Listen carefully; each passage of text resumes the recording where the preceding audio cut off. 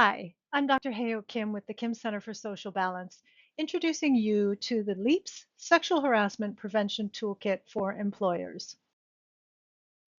Why use the LEAPS toolkit? LEAPS works because it uses systematic data collection to drive targeted strategies that generate measurable change over time. This in turn empowers you to tangibly transform the heart of your workplace. And it is one of the few resources that allows you to tailor your approach with tools that fit your needs. The toolkit's various sections give you key materials such as how employers benefit by preventing sexual harassment, legal requirements, and templates and strategies to get you started right away. This toolkit is a call to action. Together, let's disrupt a relentless cycle and build ecosystems that encourage workers of all backgrounds to thrive. The LEAP Sexual Harassment Toolkit outlines key components in addressing sexual harassment through creating an organizational climate and culture, incorporating formal and informal responses. It is these responses that strengthen how readily a business can respond to sexual harassment and also benefits your business's strategic long-term vision and sustainability goals. In this section, you will gain information on first, developing clear protocols and communication in sexual harassment prevention, reporting, and investigation, responding from a trauma-informed lens, encourage use of language for framing sexual harassment in the workplace, both written and reinforced verbally, how language access, workplace accommodations, and clearly written policies and procedures promote workplace inclusivity and sexual harassment prevention and intervention. Moreover, opportunities to incorporate personnel as part of the solution beyond required sexual harassment trainings. Lastly, this section will share a pathway for leaders to receive feedback from staff on workplace safety.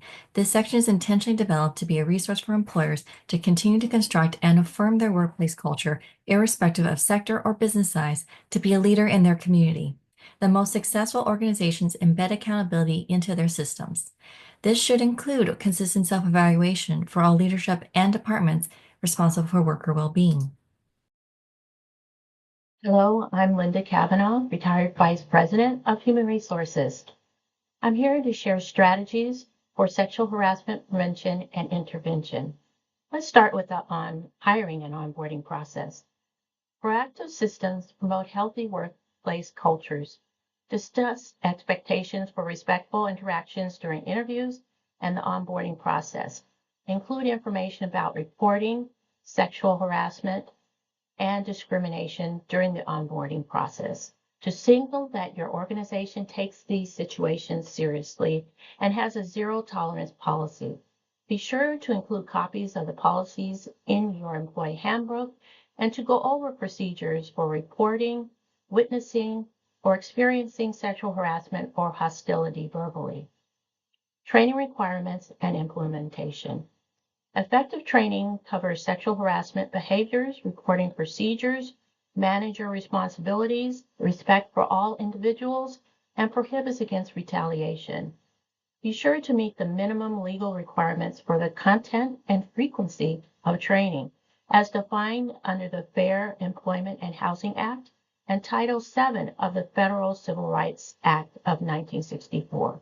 These include types of conduct considered sexual harassment and examples to clarify, remedies available, strategies to prevent sexual harassment, supervisor's obligation to report harassment, resources for victims of sexual harassment, including to whom they should report it, how employers must correct harassing behavior, what to do if a supervisor is personally accused of harassment, and elements of an effective anti-harassment policy and how to use it. Finding the right training is important. The effectiveness of any training increases when it is engaging. Different learning styles are considered in the delivery. Employees can apply what they've learned to their specific workplace and role. And the content is backed up by action your organization's leadership does. That is walking the talk. There are free and low-cost trainings available. You can find training suggestions in the resources section of this toolkit.